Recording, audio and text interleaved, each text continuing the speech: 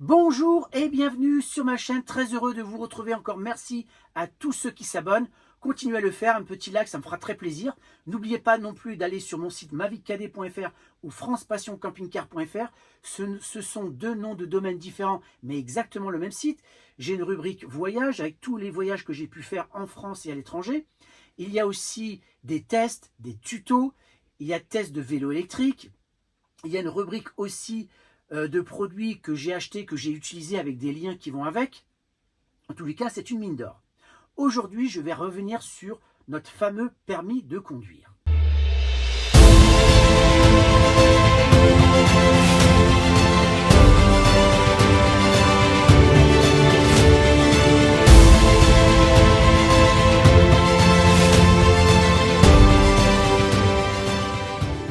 En effet, la réforme du permis fait réagir médecins et automobilistes qui la jugent discriminatoire, coûteuse et inutile. Est-ce la fin du permis à vie? Adoptée le 21 octobre par le Parlement européen, une réforme du permis de conduire fait grincer des dents.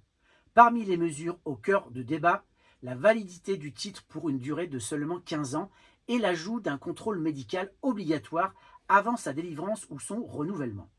Cette réforme du permis de conduire inquiète médecins et automobilistes. Validité de 15 ans, visite médicale obligatoire, la réforme du permis fait réagir médecins et automobilistes qui la jugent vraiment inutile. Ces médecins, ces automobilistes sont inquiets après le vote de la réforme du permis de conduire. En effet, parmi les mesures au cœur du débat, la validité du titre pour une durée de seulement 15 ans et l'ajout d'un contrôle médical obligatoire avant sa délivrance ou son renouvellement. Le double objectif affiché par le Parlement, améliorer la sécurité routière et de diminuer le nombre d'accidents routiers alors que près de 20 000 personnes perdent la vie chaque année sur les routes des 27 pays de l'UE. Ces nouvelles règles font partie d'un ensemble visant à améliorer la sécurité de tous les usagers de la route et à se rapprocher autant que possible de zéro accident mortel sur les routes de l'Union européenne d'ici 2050. Bien que les États membres puissent choisir de remplacer la visite médicale par des formulaires d'auto-évaluation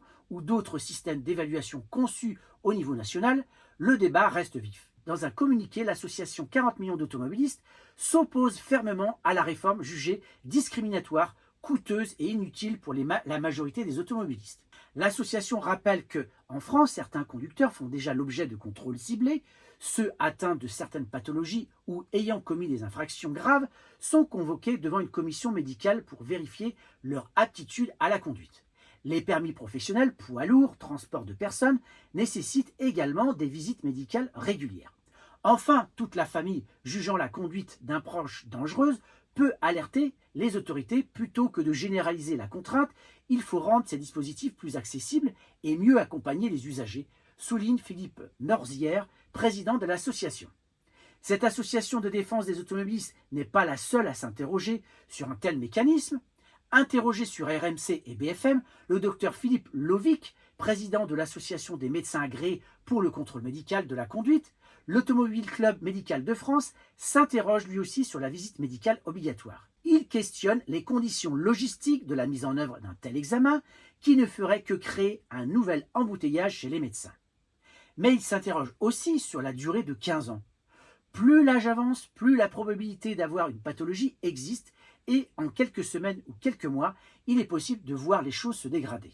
Les États membres pourront cependant décider de réduire la durée de validité pour les conducteurs âgés de 65 ans ou plus afin de soumettre plus fréquemment leurs titulaires à des visites médicales ou à des cours de remise à niveau. Donc là, on voit plusieurs choses se profiler. Déjà, une visite médicale, on se dit avec la pénurie de médecins qu'on a en France, comment on va organiser tout ça? C'est franchement du délire total. Avoir un rendez-vous, c'est déjà la croix et la bannière. Alors, imaginez les médecins qui sont déjà débordés, c'est encore une fumisterie tout ça. Pour autant, si on va sur le fond du problème, effectivement, il existe la possibilité, quand un membre de sa famille a des problèmes, par exemple cognitifs, d'alerter le médecin, etc., de faire passer une commission médicale. Mais qui le fait véritablement? Moi, je suis dans le domaine, et je suis dans le milieu médical, et je travaille avec des personnes âgées, et je vois bien ce qui se passe. Il y a malheureusement encore des personnes qui ont une perte d'autonomie très importante avec des troubles cognitifs réels et qui continuent de conduire. Et ils sont vraiment un danger public. Et si la famille ne fait rien, on ne peut rien faire. Donc c'est quand même là aussi dramatique parce que tout le monde ne prend pas ses responsabilités. Encore, tiens, devant chez moi, j'ai malheureusement un papy qui est très gentil, mais alors il est dans un état catastrophique, il n'arrive même pas à marcher, il a des béquilles, un déambulateur, sa voiture elle est complètement destroy. Et bon là, enfin, vu les problèmes qu'il a, il a fini par arrêter de conduire, mais encore très peu de temps il conduisait. Et sa voiture était, je vous dis, dans un état pitoyable. D'ailleurs, il m'est rentré dedans. Donc, il y a un vrai problème avec ça. Il y a un vrai problème avec une prise de conscience individuelle de ses capacités, surtout quand on a des problèmes cognitifs type Alzheimer, ben on ne se rend pas compte de ce qui se passe. Donc s'il n'y a pas l'entourage qui fait le nécessaire, vous pouvez vous retrouver avec effectivement des personnes qui peuvent causer des accidents. Après, quel est le pourcentage dans tous ces accidents? Eh bien, il y a des chiffres récents, je crois, de 2023, qui montrent que les moins de 30 ans ou 35 ans, donc les 20 à 35 ans, commettent autant de morts et d'accidents que les plus de 65 ans ou 65 ans, je crois.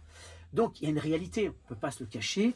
Il y a des accidents, il y a des personnes âgées qui créent autant que les jeunes des accidents. Donc, il ne s'agit pas de les stigmatiser parce que, la plupart conduisent très très bien, il n'y a pas de problème.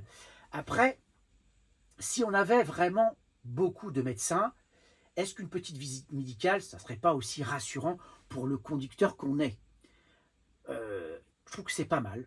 Voilà, vos yeux fonctionnent bien, votre cœur fonctionne bien, vous n'avez pas de troubles cognitifs. C'est rassurant pour tout le monde, pour soi-même. On est content, on part avec son certificat, on est tranquille. Après, moi, où je m'interroge, c'est sur la durée. 15 ans, je ne sais pas, je trouve que ça fait trop rapproché, surtout qu'il parle pour les plus de 65 ans, peut-être encore de rapprocher encore ces visites.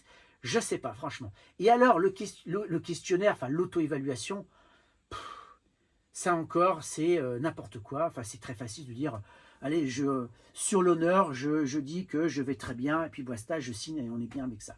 Enfin, je ne sais pas comment ils vont organiser tout ça. Moi, je ne vois pas trop la chose. Mais en tout cas, ça y est, c'est rentré dans les tuyaux. On va devoir faire avec. Alors, je ne sais pas quand est-ce que ça va être mis en place réellement. Je ne sais pas si c'est 2028 ou 2030. On verra bien comment ça va se dérouler. Il doit y avoir une transcription au droit français. Au regard donc de cette nouvelle législation, eh bien, nous, en tant que camping-caristes, eh bien, on est un peu dubitatif et un peu estomaqué parce que beaucoup de camping-caristes ont de l'expérience, ont conduit des gros véhicules et surtout, les accidents sont assez rares. Donc, c'est un peu énervant tout ceci.